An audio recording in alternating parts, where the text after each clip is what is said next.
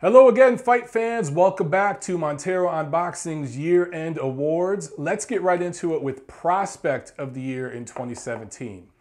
Now look, when it comes to prospects, and then you have junior contenders, serious contenders, titleists, champions, there's journeymen, there's gatekeepers, there's all these different terms and semantics, and people get stuck on this. What exactly is a prospect? I look at a prospect as a fighter who is yet to really fight against a ranked opponent.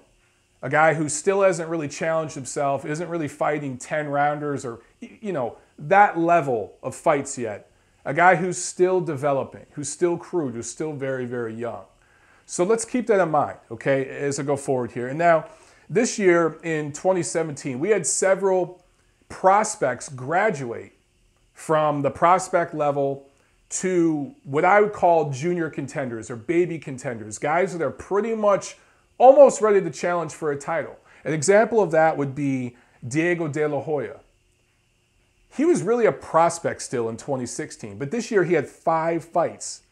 He traveled, he fought overseas, and I think that he's ready to fight for a title, maybe not early 2018, but by late 2018. And I think it's a no-brainer for him to fight against Ray Vargas on HBO if Vargas still has his title. So there's an example of a guy who's now on the bubble of fighting for a title, right? He's no longer a prospect. And then there's times where guys go from prospect to contender to titleist overnight. You look at guys like this year, Dimitri Bivol, Gervonta Davis. I know he lost his title on the scale, but he was a prospect at the beginning of the year. And now you got to consider him a contender at least, right? Sergey Lipinets, who won a title and is about to hand it over to Mikey Garcia early next year. David Benavidez at super middleweight. He's another guy. So these are guys who have graduated. They've left those ranks. Now, there's another fighter over in the UK, Josh Taylor, that a lot of people consider a prospect. I think he might be past the prospect level, though. Josh Taylor, who a lot of people are calling their prospect of the year, but hear me out on this, okay? Hear me out on this for a second. He's 11-0 with 10 knockouts.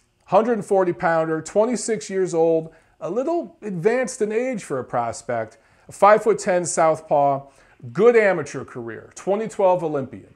Didn't medal, but a good, solid amateur career. 4-0 with 3 knockouts this year.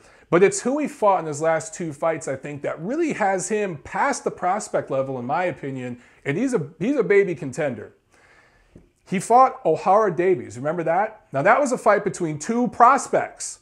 And he dominated Davies. He soundly, decisively beat him. At that point, Davies, still a prospect, maybe even a suspect. And I thought Taylor bumped up. Very next fight, fights Miguel Vasquez, who's been in with some of the best. Good, quality, experienced veteran, right? Wins that fight, clearly wins that fight. And now he has the WBC silver 140-pound title, which is basically they're mandatory. So at some point, probably in 2018, he's going to fight for the junior welterweight WBC title. And I think he's going to be one of those guys next year that was like the Dimitri Bivol, Gervonta Davis, Sergey Lipinets this year. So I think Taylor's past prospect level. He already graduated, all right? When it comes to actual prospects, guys that are still really young, ironing out a lot of wrinkles in their game, there's 2 top guys for me, but one is clearly the top guy. My runner-up is Daniel Dubois. Heavyweight from London, 6-0 with 6 knockouts, 20 years old, only 20 years old. 6'5", big guy, good size, good athleticism, seems to have that raw power in that right hand. 69-6 as an amateur, so he had a nice little amateur career. Not extensive, not really a lot on the global level. It was more regional.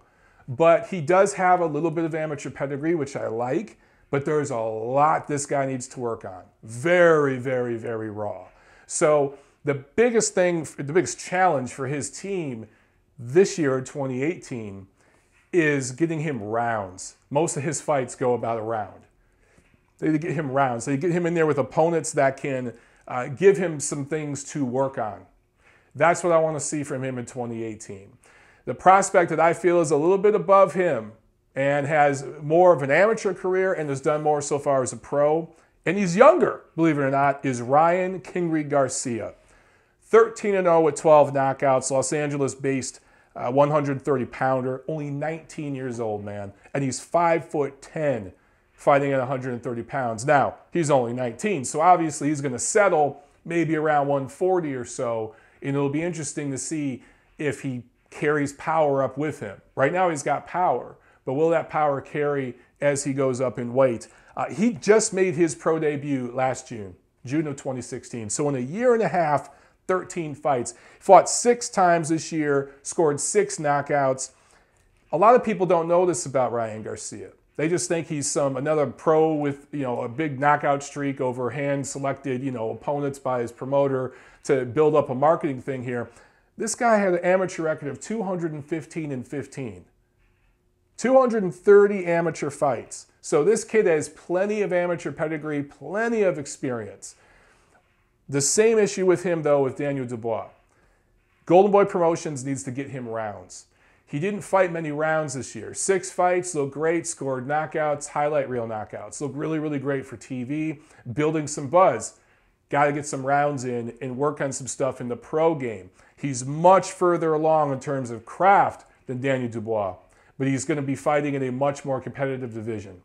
So he's got to work on some things. And I think that's Golden Boy Promotions' mission for 2018 with him. Who am I forgetting? Who am I forgetting? Comment below. Let me know what you guys think. Have a happy holidays, happy safe new year, and I'll see you at the fights in 2018.